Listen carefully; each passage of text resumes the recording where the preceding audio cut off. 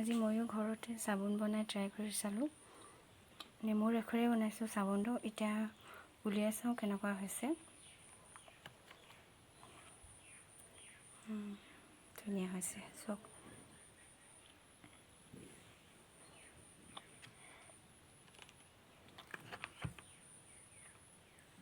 এইটো এটা আৰু এইটো এটা। ইয়াতে উলিয়াই লওঁ।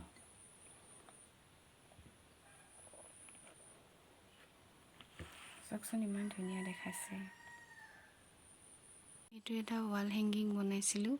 চেলাইনৰ মুখনি আৰু চিৰিঞ্জৰ মুখনিৰে বনাইছিলোঁ এইটো। চাওকচোন ইমান ধুনীয়া হৈছে। এইটো এটা আৰু এইটো এটা বনাইছিলোঁ। দুটা বনাইছিলোঁ।